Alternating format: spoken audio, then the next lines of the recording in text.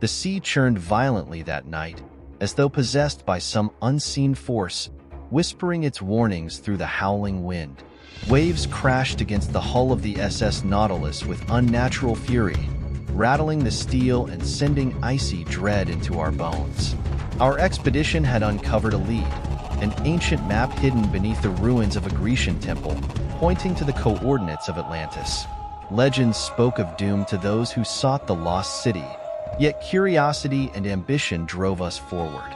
As we descended into the abyss, the ocean itself seemed to recoil.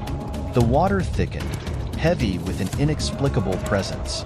Strange shadows flickered beyond the portholes, darting just out of sight. The sonar flared wildly, detecting shapes that should not exist. Then, the attack came. A force, immeasurable and unseen, seized the Nautilus, dragging us downward. We plummeted, the hull groaning in agony as alarms shrieked. Panic set in as we lost control, swallowed by an all-consuming darkness. When the descent finally ceased, we found ourselves in an enormous cavern bathed in an eerie green luminescence.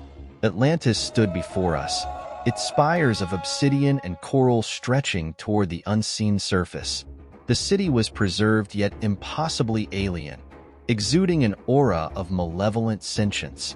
The structures twisted unnaturally, as if they had not been crafted by human hands, but had grown from something far older.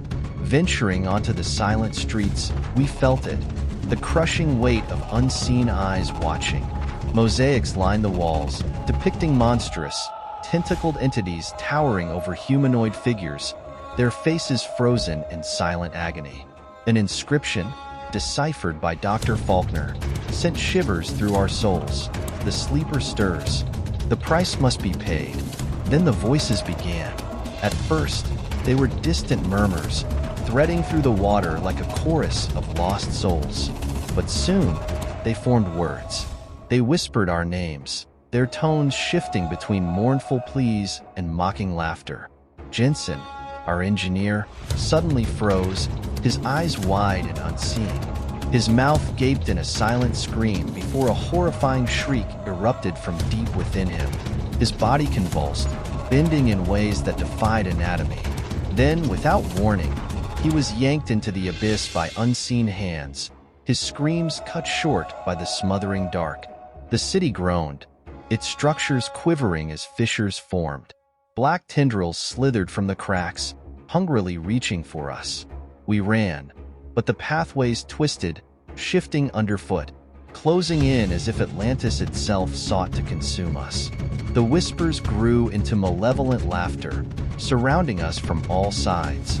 A grand temple loomed ahead, its doors yawning open like the mouth of some great beast. With no other escape, we plunged inside. A pit lay at the heart of the chamber, a void that defied comprehension.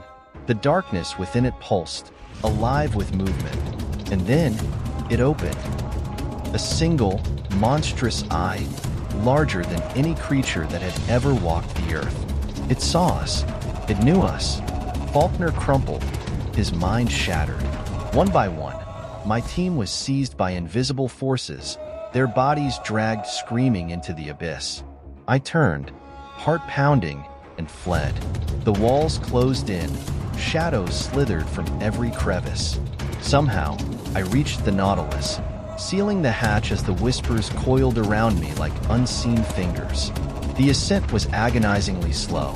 I watched through the porthole as Atlantis collapsed, its towering spires imploding, the eerie glow flickering like the final breaths of a dying beast.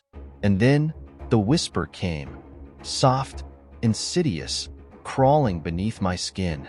We are not finished. I brought something back with me. Even now, I hear them. The whispers will not cease.